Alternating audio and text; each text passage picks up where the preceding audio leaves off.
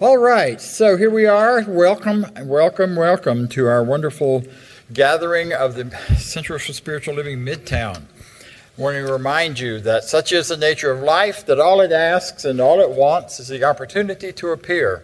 You're that opportunity, so am I, and so it is. So join me really quickly in an opening treatment as we set the stage and the consciousness for this gathering. I know there's one great idea, that is available to me right now in this time and place. That idea comes forward without lack, limitation of any kind. That idea is ready for me and providing me with the thing I've been looking for.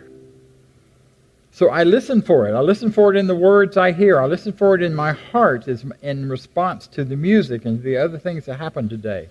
And as I listen and as I go deep within to allow the truth to reveal itself, I am confident that what I'm looking for, I'm looking with, and now it shows up fully and completely.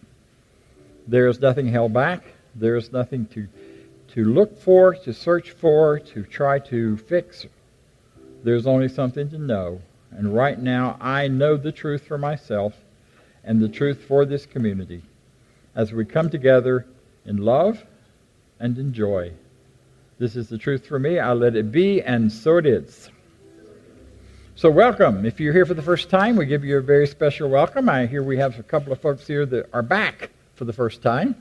So we're good to have you with us as well. We are a community that is all about love. It's all about truth.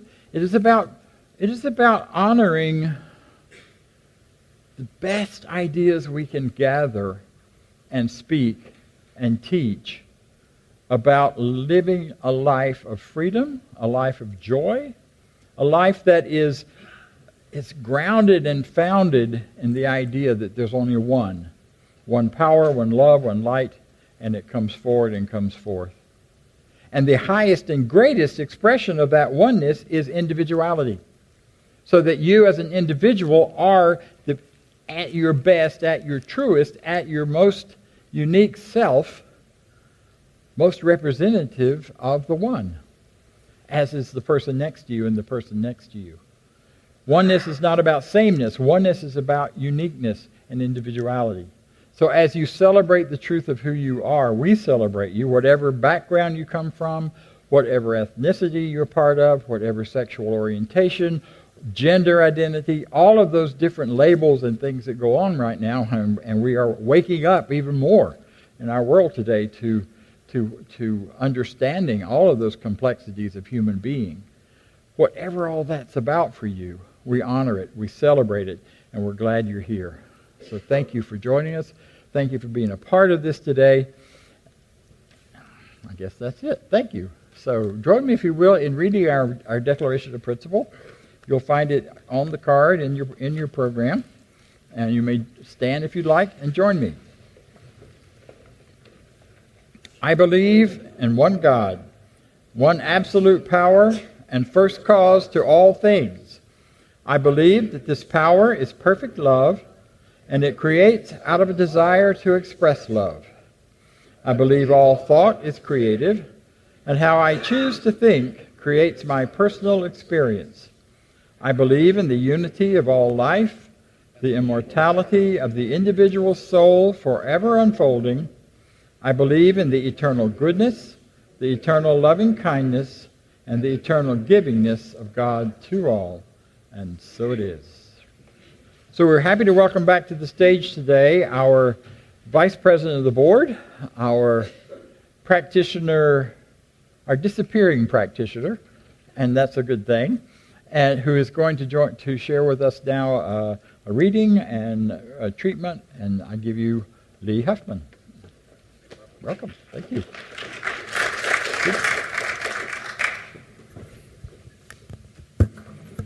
I think this is on.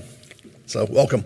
I did disappear for a while, and I don't know if he was meaning that or if the fact that I'm disappearing because I've lost about 50 pounds since I was up on stage last. That part. And that part, okay. Went from 270 to 220 and headed to 200. So it's been some good work. So it's good to be back up again, and good to be in front of the group. And this place means so much to me. The adult study group is reading through, actually quite a challenge, the Science of Mind textbook in a year. And it has been phenomenal. We sort of resisted it for a couple years because it seemed like such a big undertaking.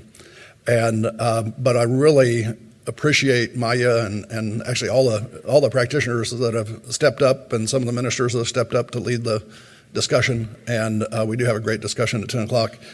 But I would like to read a section out of this. There were a lot of meditations in a section called Meditations for Self-Help. And this one's hit home when I read it, and then it hit home again after an experience that I'll tell you about shortly. But it is, I was told to live. By some inner mystic presence, I was told to live and to love and to laugh and to be glad. I was told to be still and know that the one almighty power in and through all. I was told to let the power work through me and in me. I believed that voice, and I received my God and my good. I am healed. The joy of life is mine. At the first of the month, I went to Puerto Vallarta, Mexico. And some of you know me as a scuba diver. I love to float and just swim with the fish and see the world that is unlike this world that we have up here. And it's so powerful. And usually when I dive down to between 60 and 120 feet is really the range that I dive in. And I took all my gear with me. I went by myself and got to Puerto Vallarta. And for some reason, just couldn't bring myself to go diving. And it was strange because that's what I love to do. I mean, if you say, somebody posted on Facebook, where would you like to be right now? And my answer was, I'd like to be diving. I'd like to be on the Taco, which is a liveaboard boat on the Great Barrier Reef in the Coral Sea, which was the first dive ship that I was ever on. And but I didn't do it down there. Something just didn't feel right. So I come back, that was around the first or the second of the month, and I come back here, and I'm in a situation, actually sitting at my doctor's office. I thought I had shingles, but it turned out that I had jellyfish stings that were causing it to look like shingles down my back. But I'm sitting in the office and going through a conversation with someone with text, which is a terrible way to do it. And my blood pressure got so high that when I got in to get my back checked out, the nurse took my blood pressure and said, "You're having a stroke or a heart attack. I got to get the doctor." And she went and got the doctor. And the doctor came in and took my blood pressure, and it was perfect. It was 120/80. And she thought the nurse had lost her mind and had done the wrong thing. And meanwhile, so we're going through it, because she got pulled out of she was working with somebody else at the time. And I said, no, it was really that high. I was really not feeling well. And she said, well, then we need to get you in front of a cardiologist today. And I said, we did this 3 years ago. I went in for a stress test and everything. And they didn't find anything. And so I'll do it next week. And then the same nurse who happened to grow up near the Dead Sea had seen these jellyfish stings before, and the doctor had never seen it. So she sort of redeemed herself by pointing out that that's what it was, because they took the stingers out of me. There were 3 of them, and the rash was gone. Well, it was over half gone in 15 minutes. They put some salve on it, some like Benadryl or something like that. I don't know what they do, but it was amazing. As I drove out of their parking lot, I could not breathe. You guys have heard the signs, right? Starts right here, goes all the way down this arm. I was 4 blocks from the emergency room at the hospital up in Johns Creek, and went in, and they took me in, ran a bunch of tests. That was Friday the 13th. And on Monday morning, they put a stent in my heart. My what they call a widowmaker was 70% blocked. And on Thursday, I met with the doctor, and they said, had you gone diving, had you gone below 30 feet, you would have died. You would not have come back up.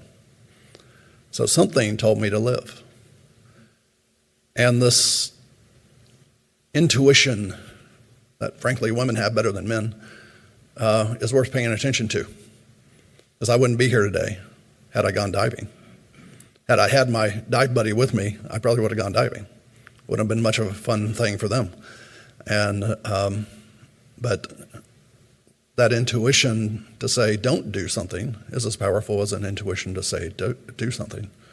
And I believe that was Spirit speaking to me in a way that brought me back to here. And I feel better than what I felt in 5 years physically. I'm going up and down with things because now where I had a little bitty hole, I've got this big hole. It's pumping blood through it, and it's all good. And the surgeon actually said that I could, the GP said I could go diving in 6 to 12 months. The surgeon said I could go diving right now if I wanted to, and since he was in there. But I think I'm going to wait till January and see how it goes. So intuition is something that is Spirit speaking to us. And it speaks to us in a lot of different ways. So today I'd like to treat that through this lesson that Bob is bringing, that it will teach us some things that will help us through the next stage of our lives, and that we will be open. And I'll say this as an affirmative prayer in the first person, so that's how I will say this prayer.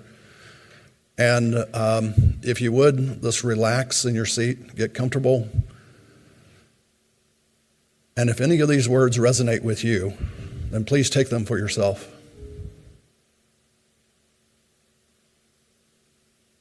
Take a deep breath and know this with me, if you will.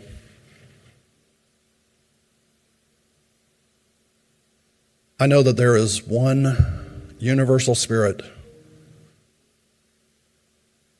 and that Spirit decided to create everything around us.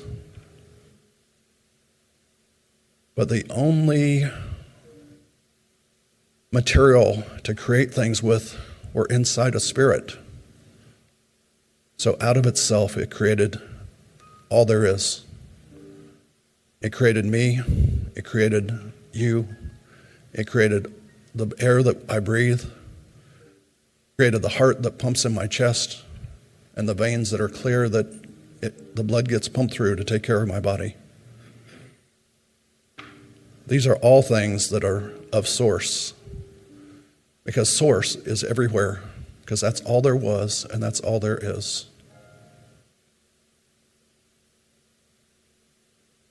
Today I tap into the love and the inspiration and the intuition of Source. I thank the universe for speaking with me, even when it is to keep me from doing something that I enjoy so much. And it teaches me to learn, to listen, and to be with Spirit at every moment. I am thankful for this. There is nothing that can get between me and Spirit, because I am Spirit. I am made up of the breath of Spirit. So I'm grateful, and I'm receptive, and I am here, and I am pleased with all that is around me. It is all good. It is all God. And we release these words knowing that all is well. And together we all say, and so it is. I am very grateful to Tom. On Friday night, we discovered that the musician we had planned for today would not be able to be with us. So Tom has stepped in at the last minute and said yes. So thank you so much for being here. And I actually appreciated the science lesson. I started out in science, so that's a good thing. And actually, I've had that voice lately at times show up for me of, oh my God, what's going to happen to the environment? What's going to happen to this? What's going to happen to that? I believe we have a world full of people right now, at least a country full of people, who live on the edge of a kind of desperation, that are just hanging on by their fingernails, that are terrified about what's going to happen with the environment, are terrified about the financial world. Is it going to collapse or not? Is my savings going to last as long as my life? Is my income going to continue to match my need for expenses? Are all of these kinds of things going to keep going and keep working for me? People live on the edge. An awful lot of people that if they missed the next 2 paychecks would be on the street or close to it. A lot of folks are dancing along that edge. And sometimes those folks wake up in the middle of the night, at 3:55 to be exact, a.m. And all that stuff starts running around in your head, arguing back and forth.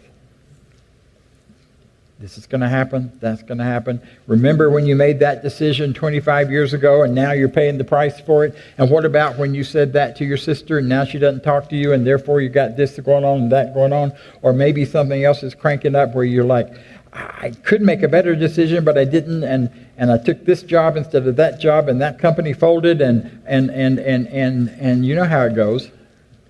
You've heard of this, I'm sure, with other people, where the squirrels just get going and keep you up and you can't go back to sleep no matter what. Blah, blah, blah, blah, blah, blah, blah. And it almost feels like something outside of you, like an argument gets going. I know it's happened for me where I feel like I'm arguing with this other part of me, this other voice that's just going, all of this horrible stuff is going to happen and look at what's going on and why are you just laying here being calm and peaceful and blah, blah, blah, blah, blah, blah, blah, blah, blah. And I want to say, stop it! Leave me alone. And sometimes I do.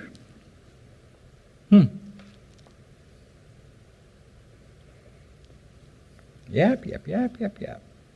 Anybody else know what I'm talking about? Just me. I usually talk to myself up here, so hopefully you guys are getting a little bit about it. See, the truth is, it is something else talking in your head when that's happening. It's something other than you that's speaking all of that nonsense, all of that back and forth, all of that yes and no, right and wrong that's going on in your head. And it's that something in you that has identified with all of this world of yes and no, right and wrong, good and bad, good and evil, that just is coming at us all the time. And when we are in that all the time, what tends to happen is some part of us begins to agree with it. And then we find ourselves in the middle of the night when we're least expecting it, awake and having a conversation with that part of us. And that part of us just carrying on and on. But it's really not the truth of who you are. Because there is another part of you that is tapped into what's real, capital R real, what is deeper, what is more attuned with the way life really works, instead of the way we think it should, according to those people, whoever those people are. And that inner part of us knows that yakety voice in our heads is just nonsense and driving us nuts. And we want to shut it up and get rid of it, send it away.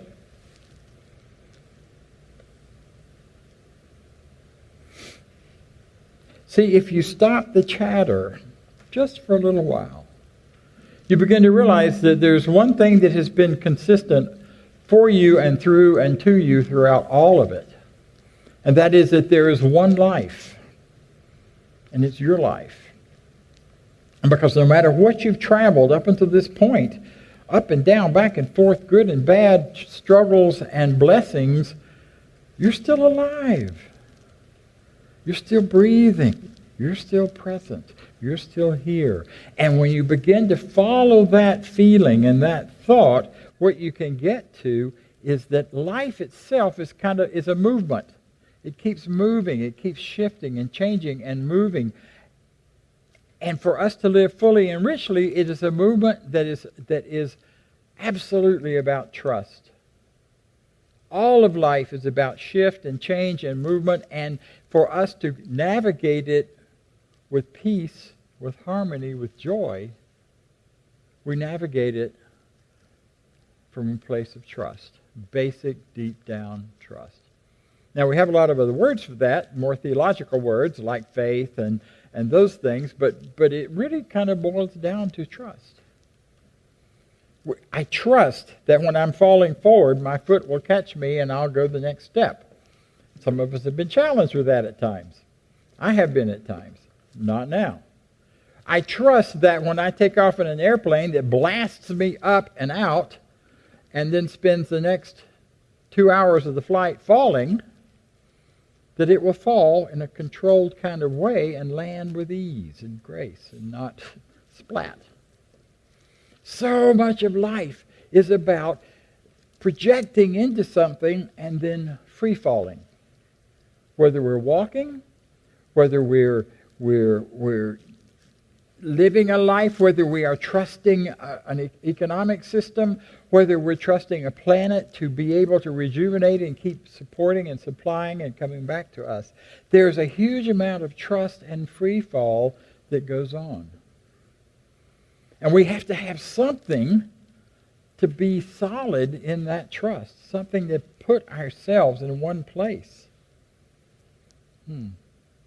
We have to get this other person, this race consciousness, this us and right and wrong, good and bad, to be quiet and leave us alone. I call her Gladys. Gladys wakes me up in the middle of the night sometimes. And she and I have a real knockdown and drag out. I think she's a bit of an alcoholic, even though she doesn't drink. She acts like she is because she gets her words all slurred up and she seems to talk so fast she doesn't make any sense half the time. But by George, she can still make a lot of racket and noise and keep me awake. It helps to give her a name, because then she's not Bob. She's not Robert Alva Deen III. She's not the spiritual being I was born as and was given tone sounds to match in my name. She's just a chatterbox in my head at times. I have a poem for you. This is from a wonderful book called Stalking the Power of Boredom. And it's by David Lemaster, who's a practitioner in science of mind, and I believe if he hasn't become a minister, he's about to become. It's called Life. Life. I am that deep hunger for more. Within ever-clamoring cells, more food, more fuel for the living fires, more air to suck down in great tidal gulps to fill tender pink lungs. More fire. I'm the unquenchable thirst of the desert grass, waiting for sweet summer rains. I am the cold seed in the dark soil, dreaming spring.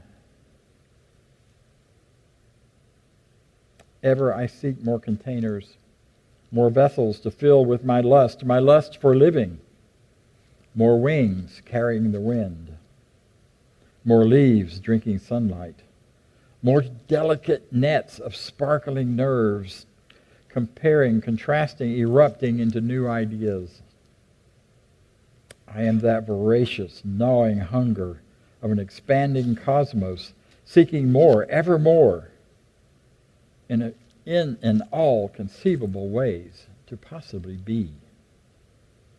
Feast now those delicate blinking eyes on glorious light spraying over the magnificent planet. Feel the trembling potential of your precious days to focus the holy light of awareness anew. Rejoice in this hungry dance of us becoming, for I am life. We are the hungry dance of becoming. Part of the reason we get these chatters in our heads is that we're never really satisfied with where we are, nor should we be. We're eternal beings with eternal potential and eternal possibility and infinite ideas available to us. And so we are constantly growing, we're constantly moving, we're constantly expanding and spreading into that greater sense of ourselves, that greater sense of life, whoever we are, wherever we are.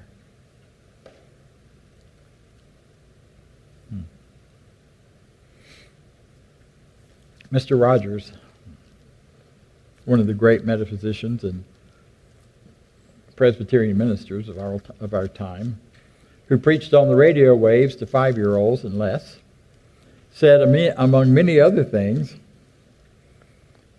when there's trouble, when there's difficulty, always look for the helpers.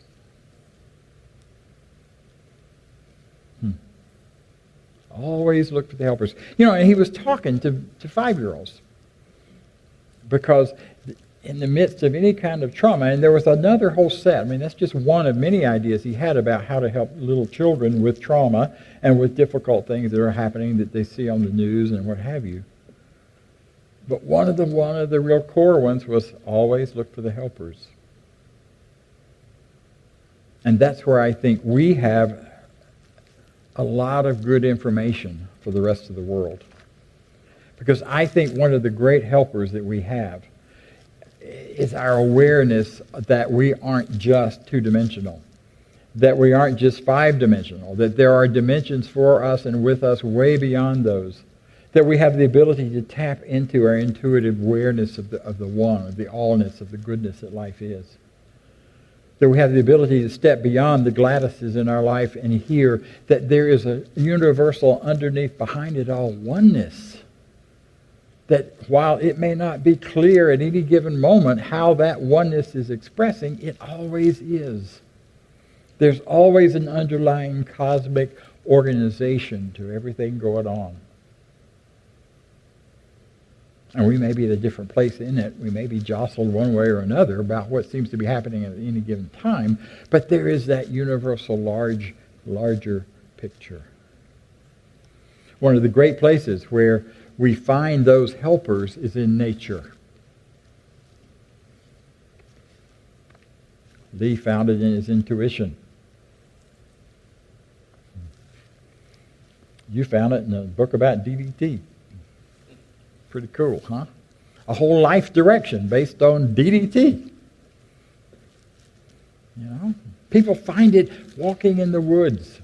The great George Washington Carver, when he would be stumped on a chemical problem, would take a walk through the Alabama woods and go, all right, plants, all right, nature, talk to me. And he found peanut butter, and he found pigments in the soil that made great paints and awesome colors and types that had not yet been brought forward. And he brought wonderful things to the culture and to the people. Einstein would take a walk every afternoon in the woods so that he could feel the nature around him, shut off his linear thinking brain trying to sort out all of the scientific puzzles he was working on, and just listen. And when he listened, he found his answers. And he went on to say, as you've heard many, many times, no problem is solved at the same level of consciousness as the problem is presented. The solution always lies at another level of consciousness.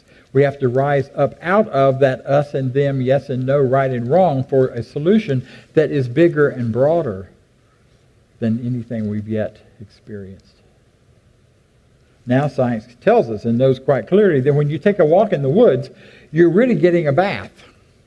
You're getting a bath in pheromones from the trees, which actually bring your system, your whole system of protection up a level. It's not just that it feels good because you've been associated with something, but there's an actual physical reaction that happens when you're walking, especially under and beneath and evergreens. Your immune system gets a jolt to a better level, a stronger push, a stronger way. Nature always has messages for us and ways to let us know there's something happening if we'll pay attention to it. You know? Remember the commercials? Well, many of you are too young, but it's not nice to fool Mother Nature. Well, it's also really, really good to support Mother Nature and to interact with Mother Nature. To spend some time, just be quiet and letting the trees talk to you, letting the birds talk to you. For years in my life, I did a lot of shamanic work a few years ago, and working with shaman, becoming shaman, that sort of thing. And much to my dismay, my totem animal that kept showing up and I kept trying to get rid of, but it wouldn't go away, so I just decided to embrace it, was coyote. And if any of you know anything much about coyote, you know that coyote is the troublemaker. He runs around turning over trash cans and running through this, that, and the other part of the world, creating all kinds of trouble and problems for people. He doesn't seem to ever get to where he's going to go, and yet he always does. He gets plenty to eat. He gets plenty of good nourishment. He takes care of everything that needs to be taken care of in his own easy, crazy, wacky, wonderful way. Once I quit fighting it and began to embrace it, I have a lot of fun with coyote.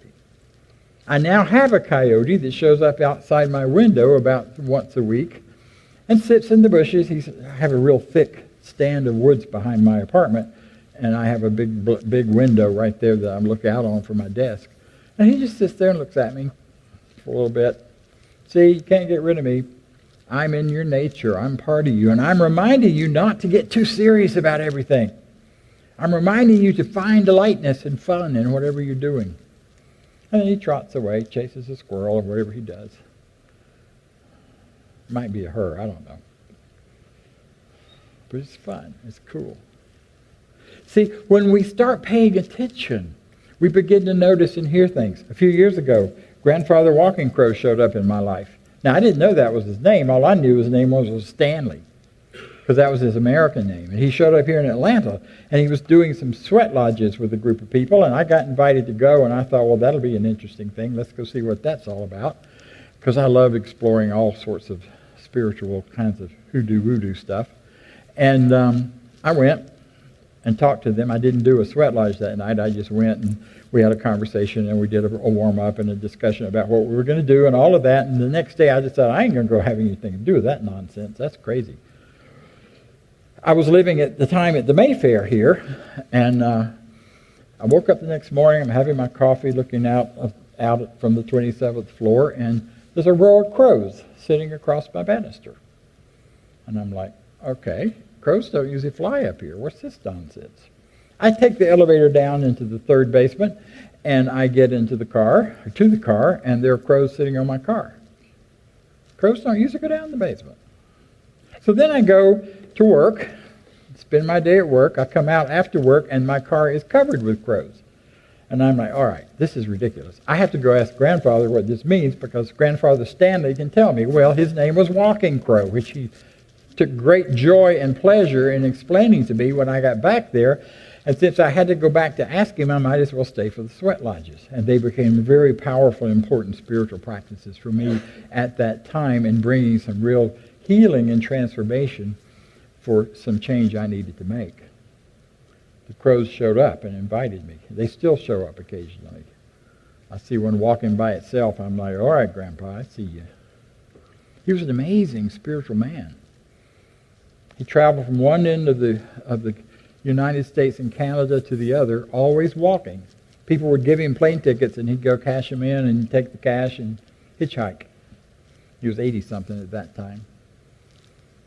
I have no idea if he's still on the planet, but I still know he's in my head, and he's an important part of how I find my way through life. He shows up to remind me. Now, go find yourself a walking crow. Is that what I'm saying? Maybe, maybe not. I'm saying pay attention to the signals and signs that come to you, the helpers The helpers may show up as your grandkids. They may show up as your parents. They may show up as a friend. They may show up as somebody on the street. They may show up as someone, in the toll booth when you go through driving along.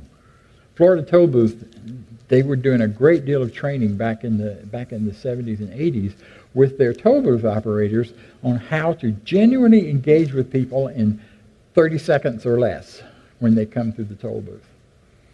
And to really connect emotionally and energetically with each person that drove through. And there were times when I was living in Tampa and I was depressed or not feeling good. I'd go drive through a toll booth just to have a really kind and warm and sweet greeting. Those people were my helpers. I sent letters once I left there. Pay attention to your helpers because they're there for you. Because you are part of this whole cosmic universe, this whole plethora of interacting parts that are all here for you. We don't just, we talk about this oneness that we live in. We say this is God and that's God and the floor is God and my clothes are God and everything I'm touching is God. And the universal spirit is another word for it. But it's not just that it's that in a symbolic way. It's a real way that that's true. And it's there for you. That chair you're sitting in is there to hold you up and support you and remind you that you are carried. Right now, you're being carried at speeds beyond imagination through the universe and held in a loving way by this spot and this place. Everything is a helper if you let it be. Everything is here for you if you let it be. And the only way you can keep it from being is by ignoring it because it's there anyway. So I have an assignment for you this week. I don't usually give out assignments, but I'm going to do that this week. And that assignment is this. I want you to find something this week in your life that shows up. It might be something you've stepped on. It might be something you've stepped in. It might be somewhere you're sitting. It might be somebody. Find something or someone in your life that is not spirit. I double dog dare you. And if you actively pay attention and look for that, what you'll see is everything that is. As I was finishing up my talk this morning, and I was kind of put it all together and sitting looking out the window in the dark, I was thinking back of my mom, whose native animal, totem animal, was a hoot owl, and I heard an owl. And the owl chimed in again. I've never heard owls at my apartment, but I did this morning. And it kept going, and it was like, and so finally I talked back to it. I made a hoot back. I'm sure anyone that heard that thought I was nuts. That's okay. I am. And we had this little conversation back and forth, and I felt loved, and I felt at home, and I felt nurtured. You can have that all the time. You don't have to wake up in the middle of the night. You can wake up in the middle of the night and have that instead. You can have that place where you are flying high and landing soft and living well because you deserve it. So do I. So it is. Thank you.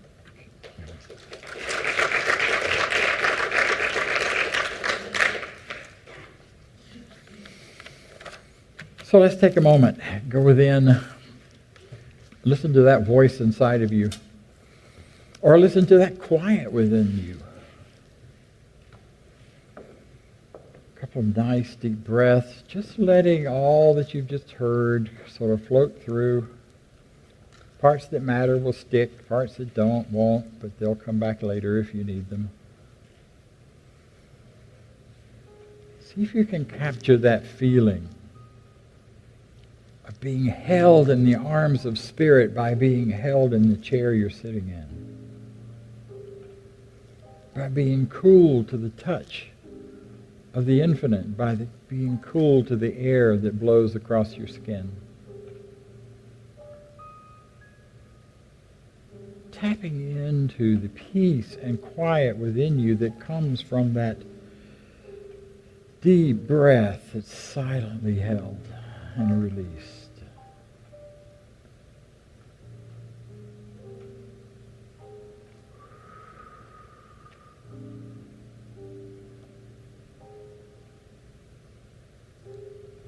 Allow yourself to accept with me that I am a magnificent spiritual being, larger and broader and grander and greater and more loving and more powerful than anything I have yet imagined. And I allow myself to open up to greater and greater ideas, to greater truth, to greater beingness.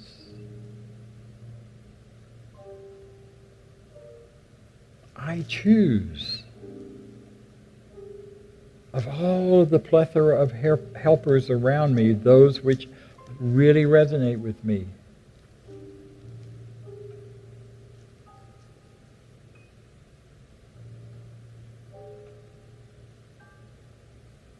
And as I choose, I'm grateful.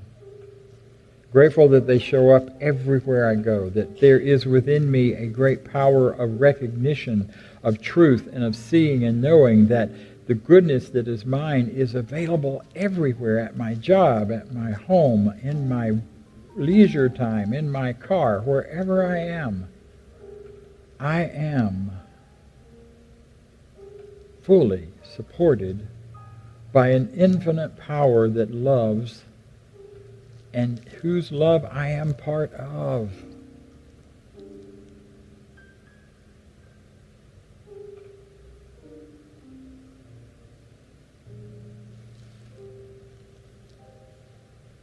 And as I accept that, I do that with ease, with grace, with great gratitude. And I acknowledge this as a truth for me. I let it be so. And so it is.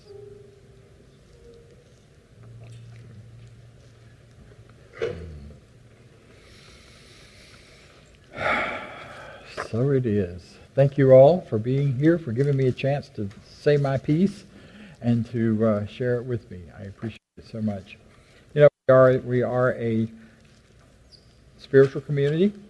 Community means we commune. We go back and forth. We commune with our thoughts, our minds, our hearts, our good ideas, and our finances, our money.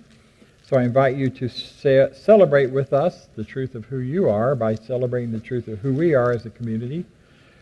Give until it feels good, and then give a little more till it feels better. And we will be grateful. We are grateful for every part that you do in creating this community in this place. I thank you for that as we join together and celebrate our prosperity. You may read it with me. I live in a universe of abundance. As I freely and joyfully give, I join in the divine flow, and all that I share with life returns to me multiplied abundantly, and so it is. Thank you. Easier for you to say. Okay.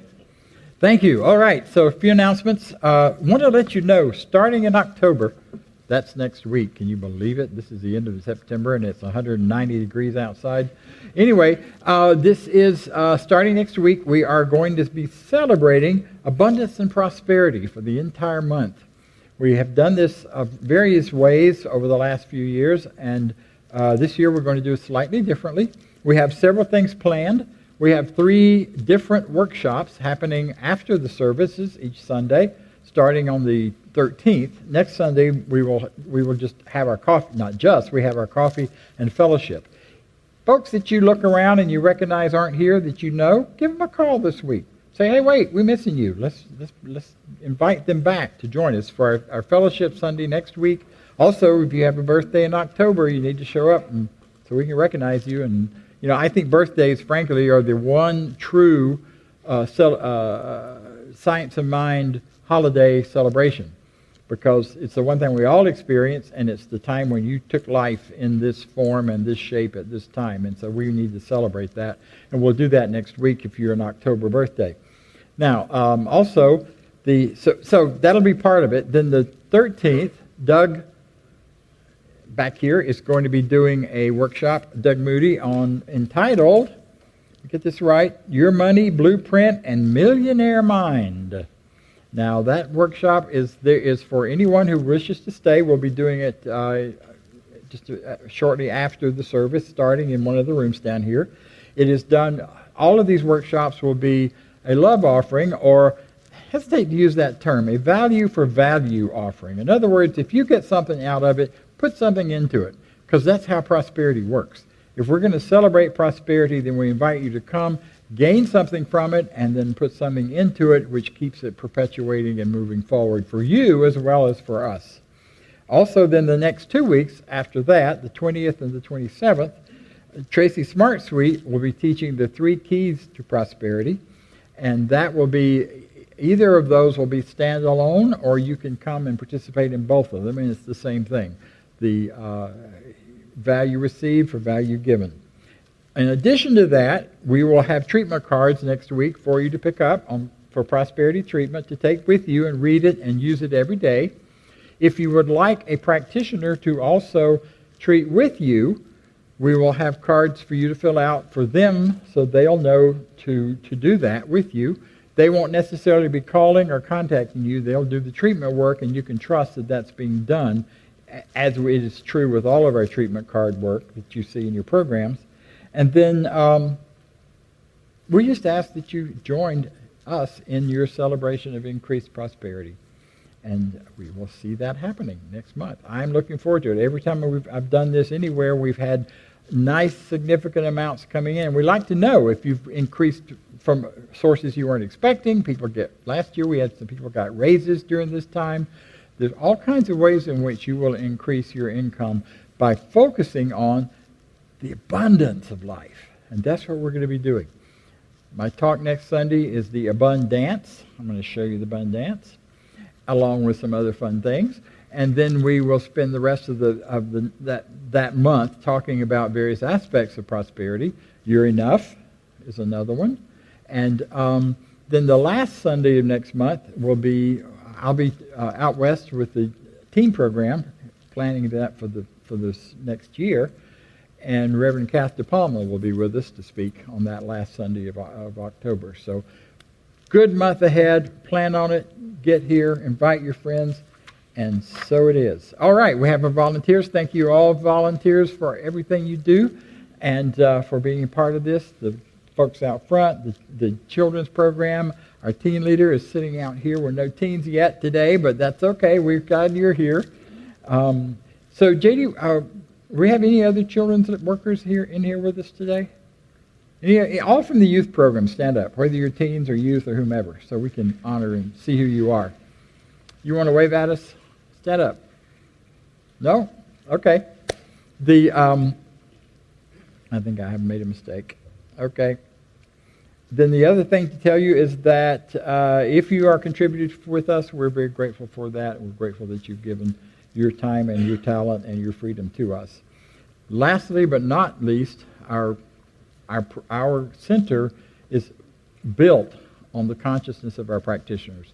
These are the folks who hold the truth for you and for me and for this center, and they are the ones who make it all happen. So practitioners, would you please show us who you are?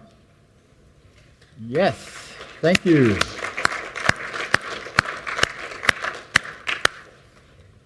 And I believe that's it. Just a reminder, the prayer works that's been happening on Monday nights now for quite a while will not be happening in October. She's rescheduling that. Once she has that worked out, she will let us know. But if you're accustomed to calling in on Monday night, there won't be anybody on the call. And we do have a meditation on Wednesdays at noon that I do. That is available to you to come to join in, to listen in from wherever you are. I do that on Zoom. And all of that information is on the tables out front or at the website. I believe that's it. Thank you so much. Join me, if you will, in our closing.